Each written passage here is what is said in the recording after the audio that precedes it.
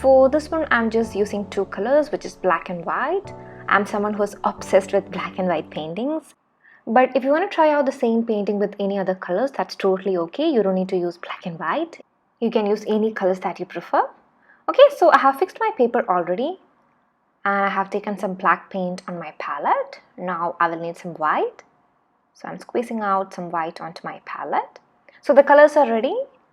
Now we're going to go with a gradient sky. Then we'll be adding some clouds.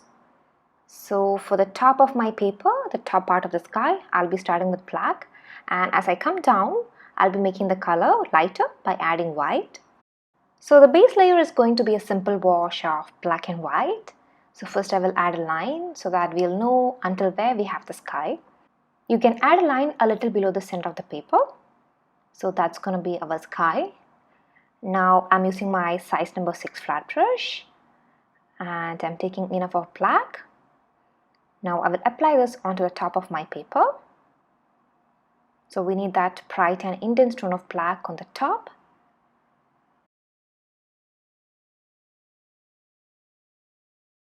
Now I'm taking some white and applying that right next to the black, blending that. So we have a really dark gray over here. Now as we come down, we need to make the color lighter. So we can take more white and reduce the amount of black. Looks like my paint is really dry, so I'm going to dip my brush in a little of water. Just a gentle dip. Now I'm mixing that with the paint and making it a little loose. Now let's make it a clean blend. You need to keep on running your brush in a horizontal way from left to right to get a clean blend. Don't mix up different kind of brush movement. This might spoil your gradient. So just keep on running your brush from left to right in a horizontal way and try to make it a clean blend. So you can see on the top we have black and towards the horizon line I have made the color lighter. Now let me quickly make this a clean blend.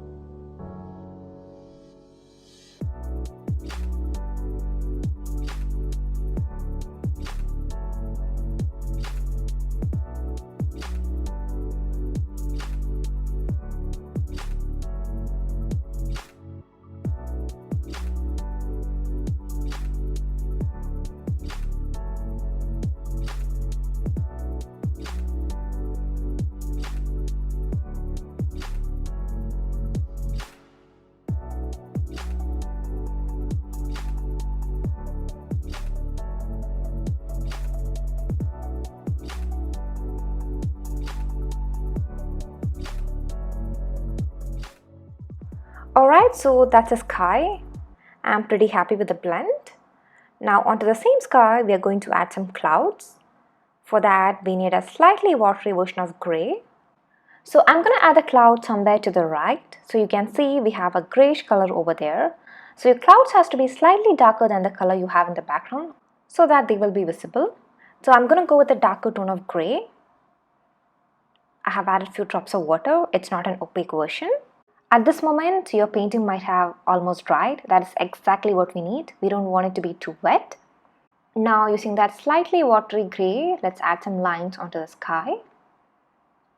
You can see the color I'm using here. It's not an opaque paint. Those lines are looking too sharp. So I'm going to dip my brush in a little water and I'm going to smudge those colors into the background. So don't make your brush too watery. Just a gentle dip and dab your brush on a paper towel. It just needs to be damp, it shouldn't be too watery. Now I'm just running that slightly wet brush on top of the lines I have added here to make them little soft. That color looks nice. I think earlier I used a darker shade. This one is looking much better. I'm adding some more lines. So it doesn't need to have any particular shape. It can be some lines or some irregular shape. I'm adding them only over here. You can decide on the way how you want your clouds to be, whether you want them on the top or towards the left. Those things are totally your choice. I wouldn't recommend adding a lot of clouds as our painting is too small. Let's not make it too busy. So just add a little onto the right or the left or towards the top. Next I'm going to add in a moon. For that I need some clean white. The one I had there, I mixed that with black and it looks all grey. So I'm just dipping my brush directly into the tube and I'm taking some white paint. I'm going to add a tiny moon, which is playing hide and seek in between the clouds. So we're not going to show the entire moon, we'll make it look like the clouds are overlapping the moon. So first let's add a white circle, then we can add some grey lines on top of it and just make it look like the clouds are overlapping. As gouache is an opaque medium and you can layer as many as you want. So let's make use of that brilliant advantage of using gouache. We can add a circle first, just a teeny tiny white circle.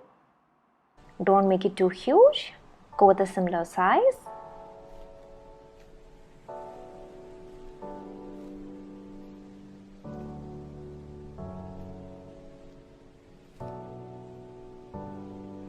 Now let's wait for that to dry. Maybe you will need to add one more layer. Right now the moon is not looking that opaque, it is looking slightly dull. So when everything dries, maybe we can come back and add one more layer and then we'll add those grey lines as well to make it look like the clouds are overlapping the moon. Okay, for now I'm washing off the paint from my brush and I'm switching to black. We'll need to add the remaining details.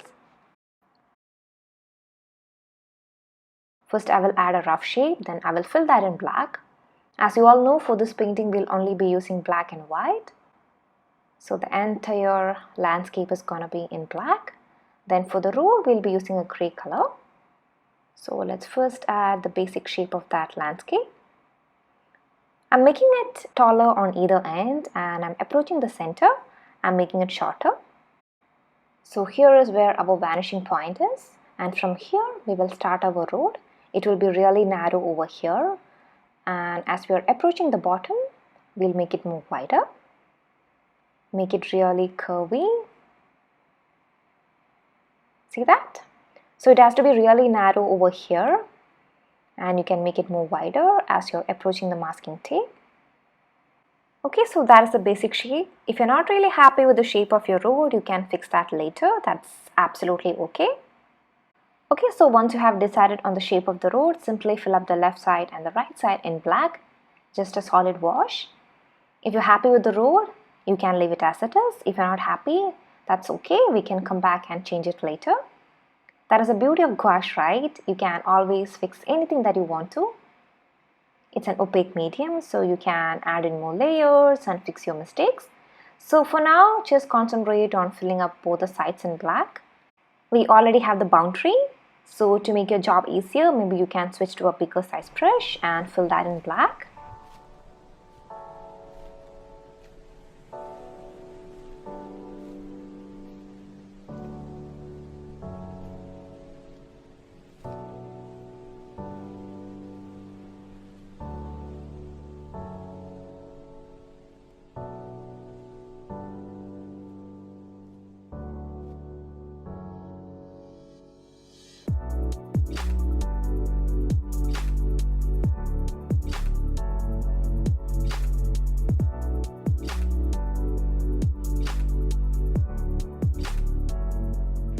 Okay, so that's done.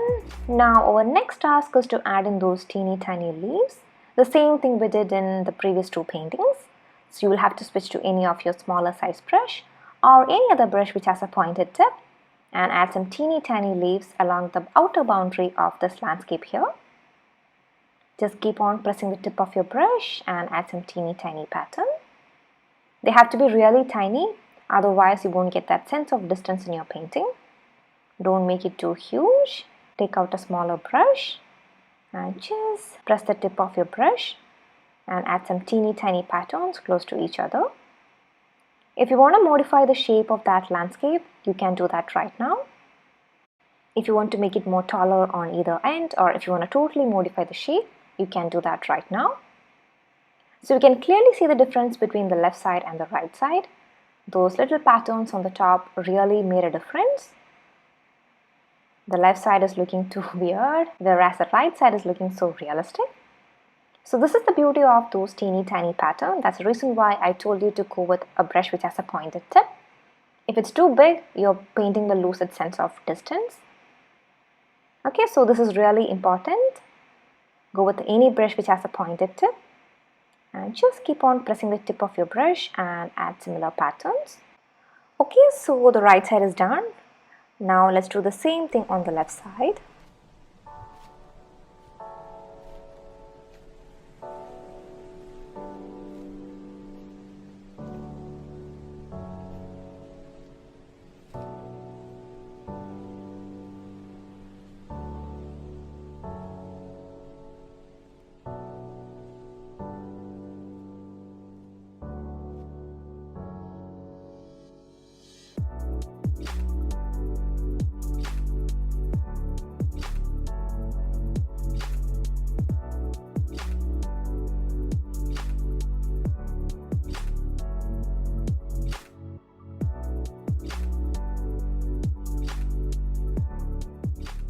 Alright, so both the sides are done. Now the only thing left is the road. For the road, I'm going to use a grayish color. I'll just mix some black and some white and create a darker gray. Towards the vanishing point, I'm going to make the color of the road lighter, as I'll be introducing two street lamps, and also you have the moon right next to that. So there will be some light reflected on the road. So over here you can make the color lighter, and as you're coming down, as you're approaching that, and as you're approaching that bottom corner, you can make the color more darker. I think it is easier to fill up the entire road in a darker shade of grey first. Then we can add some white or some lighter grey towards that vanishing point and make it lighter over there. So let's fill up the entire road in a darker shade of grey.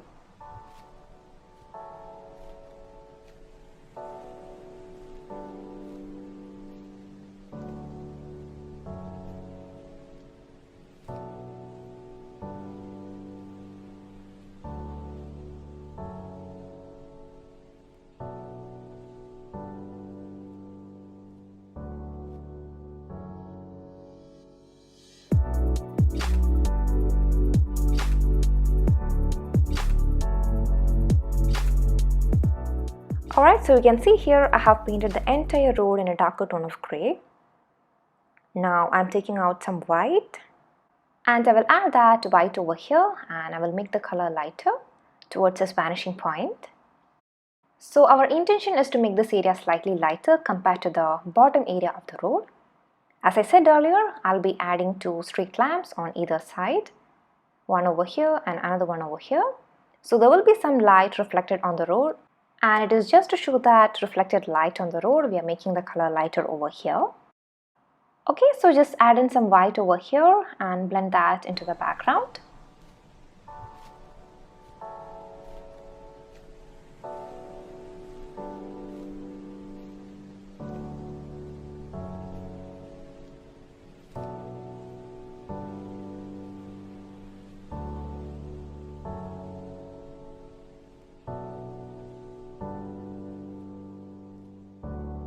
I'm going to place my street lamp right next to this area. So let's make this area a little more lighter. For the street lamps, I'm going to use white, so it's going to be a white street lamp. You might have also seen yellow street lamps. So depending on the colors that you have chosen for your painting, you can choose to go with yellow as well. For this painting, as I'm just using black and white, I'm using white for the street lamp. But then if you are gone with a different color for your sky, you can try that with yellow or orange. Now I'm picking some fresh white and I'm going to make the moon a bit more brighter. Earlier it was looking really dull, so let's add one more layer. Our next task is to add the street lamps. So for that I'm going to switch to my detailing brush. This one has a much more pointed tip than the other one. Now I'm picking some black and I will just add a simple straight line on either side. I'm considering one to be slightly far and the other one to be slightly closer. So the one which is far from you will appear smaller and the one which is closer to you will appear bigger. You can either use a pen or a brush. I'll just add the locations using my pen. So this is where I'm going to add the street lamps. Now I'm switching back to my brush and I'm adding the lines. You can see this one is really small. Make it really thin. If you don't have a detailing brush, you can use your pen and add in your lines using a pen. We need them really thin. This one can be slightly thicker compared to the other one, as it is much more closer to us. So it's just a straight line. Then you can make it slightly rounded at the top. Then add another horizontal line.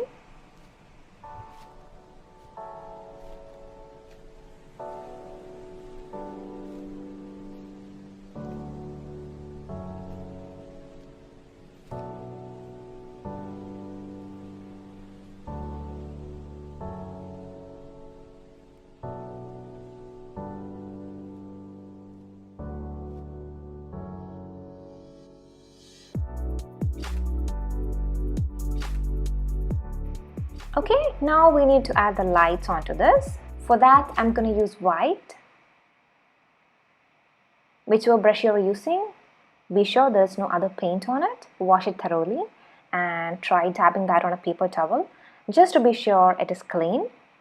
So first we need to create that glowing part. For that, you don't need to take out a lot of paint. Just take very little paint on your brush and add a dot like this. Now we need to smudge that into the background and create that base layer. Add in some water and turn your paint into something light. Don't use opaque paint. You can see the way I have added them there. Now I'm dabbing my brush on a paper towel and I'm going to smudge that into the background.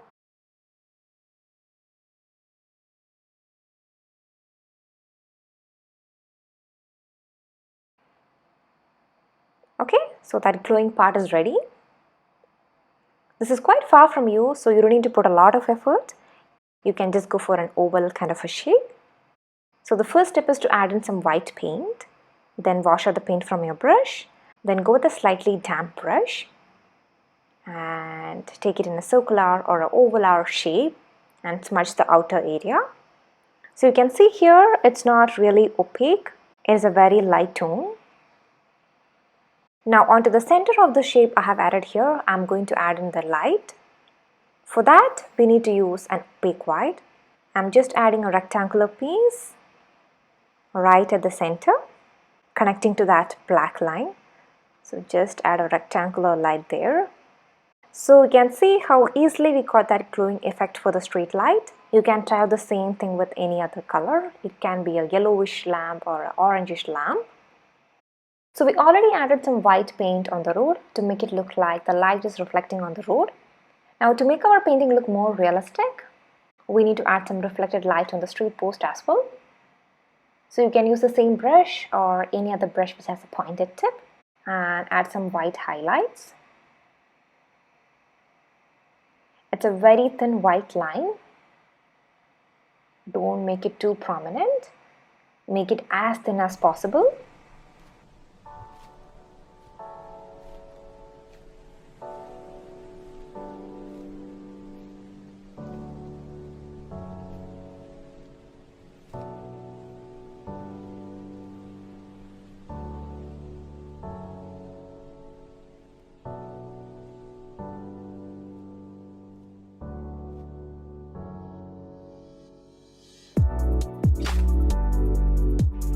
You just need to add it only onto the inner side. Don't add the white line on the other side.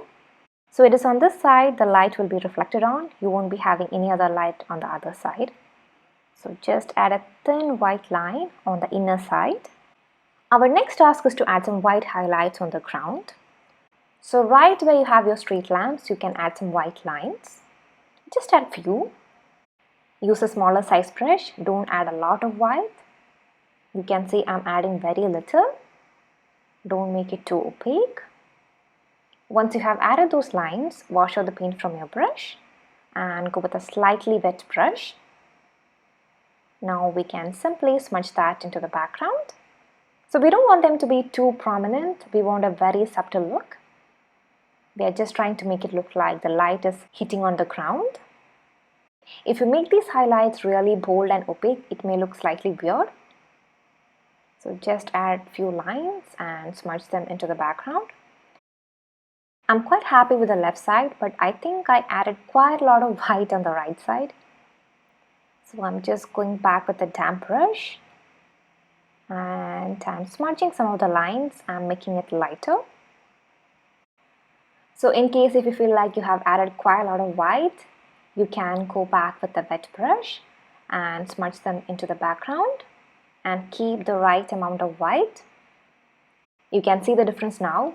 Earlier it was really a lot. This is the right amount. Okay. Now the last step is to add the road marking. I will add a dashed line at the center and then I will add a solid line on either side.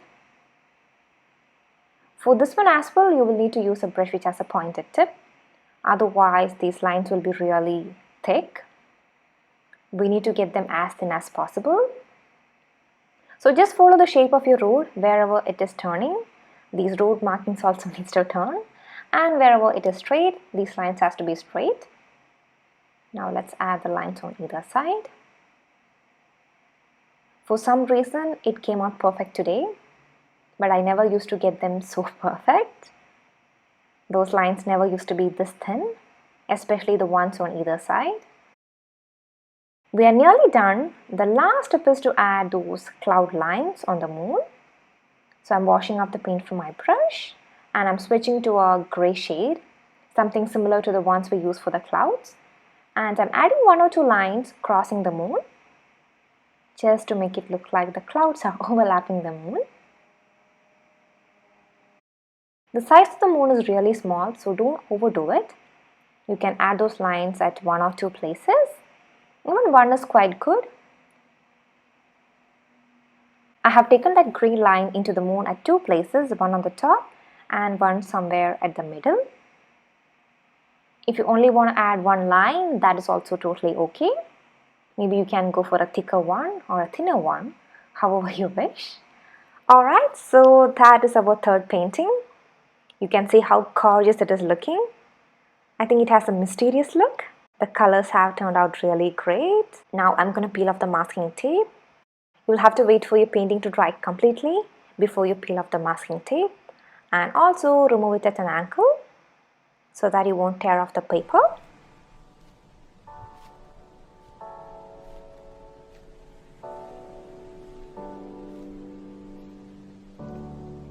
Alright, my dear friends, so here you go.